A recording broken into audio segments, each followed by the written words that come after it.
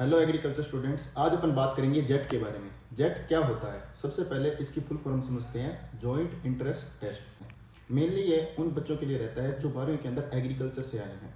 उनको बीएससी के अंदर एडमिशन लेने के लिए एक टेस्ट देना पड़ता है जिसका नाम होता है जेट।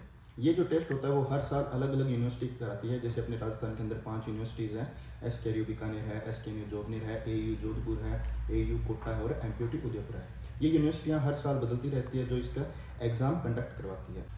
अब अपन चर्चा करेंगे कि जेट के अंदर कितने नंबर का एग्ज़ाम होता है, कितने क्वेश्चन आते हैं और कौन कौन से स्ट्रीम के लिए ये रहता है और कितने जो एज होती है उसके स्टूडेंट्स इसके लिए एलिजिबल रहते हैं। अब अपन बात करते हैं जेट के पेपर के बारे में। तो जो जेट का एग्ज़ाम होता है वो लगभग 120 मिनट का रहता है, यानी 2 घंटे का एक एग्ज़ाम होता है जिसके अंदर आपको 120 क्वेश्चन करने होते हैं। ये जो क्वेश्चन होते हैं वो अलग अलग डिवाइडेशन होता है, जिनके अंदर 40 क्वेश्चन आपके एग्रीकल्चर के रहते हैं, 40 क्वेश्चन बायोलॉजी के रहते हैं और 40 क्वेश्चन आपके केमिस्ट्री के रहते हैं। ये जो इंटरेस्ट टेस्ट होता है उसके लिए जो 12वीं के अंदर ABC से आए हैं या फिर PCM से आए हैं, PCB वाले सारे स्टूडेंट इसके लिए एलिजिबल रहेंगे जिनकी एज आपकी 16 साल से प्लस होनी चाहिए। यानी जिस साल एग्ज़ाम हो रहा है उस तक आपकी एज कम से कम 16 साल कंप्लीट हो जानी चाहिए, इसलिए आप इस फॉर्म के अंदर अप्लाई कर सकते हो या इसके लिए एलिजिबल रहोगे।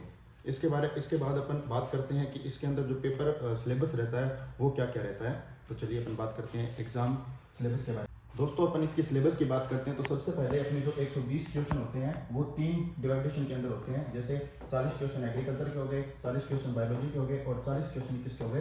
केमिस्ट्री के। अभी जो एग्रीकल्चर के 40 क्वेश्चन होते हैं उनको फिर से क्लासिफिकेशन किया जाता है।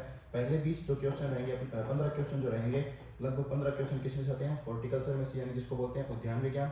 और इसमें से 15 क्वेश्चन अपने आते हैं सस्य विज्ञान के, यानी जिसे बोला जाता है एग्रोनॉमी।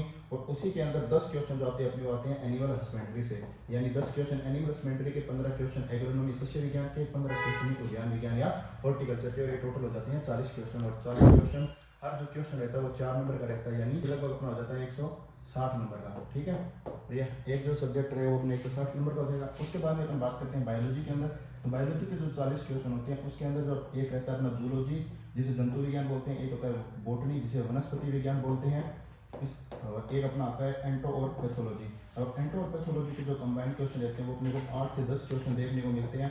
जूलॉजी के इसके अंदर लगभग 22 क्वेश्चन तक अपने को देखने को आराम से मिल जाते हैं और बोटनी के 22 क्वेश्चन तक या फिर 20 क्वेश्चन आराम से देखने को मिल जाते हैं और 10 से 12 क्वेश्चन जो रहते हैं वो अपने जूलॉजी के इसके अंदर रहते हैं। इसके अलावा हम बात करते हैं केमिस्ट्री की।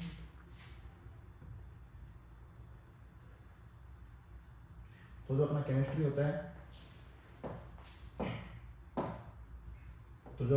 होता है उस केमिस्ट्री के अंदर से 40 क्वेश्चन आएंगे और 40 क्वेश्चन को क्लासिफिकेशन किया जाता है। फिर एक होता है अपना ऑर्गेनिक केमिस्ट्री के अंदर और एक होता है इनऑर्गेनिक और एक होता है अपना सॉइल साइंस के अंदर। सॉइल साइंस या फिर जिसको सॉइल केमिस्ट्री बोलते हैं। ये जो ऑर्गेनिक होती है यानी कार्बनिक रसायन के लगभग आपको 18 से 20 क्वेश्चन देखने को मिलते हैं आराम से। और उसके बाद में इनऑर्गेनिक केमिस्ट्री यानी अकार्बनिक रसायन, उसके लगभग 12 से 10 क्वेश्चन आपको आसानी से देखने को मिलते हैं। और सॉइल साइंस या फिर जिसको सॉइल केमिस्ट्री बोला जाता है उसके कम से कम आपको 10 क्वेश्चन देखने को आसानी से मिल जाते हैं।